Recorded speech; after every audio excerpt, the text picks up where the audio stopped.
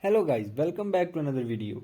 In this video, I will show you how to fix Diablo Immortal black screen problem on your Windows 11 or Windows 10.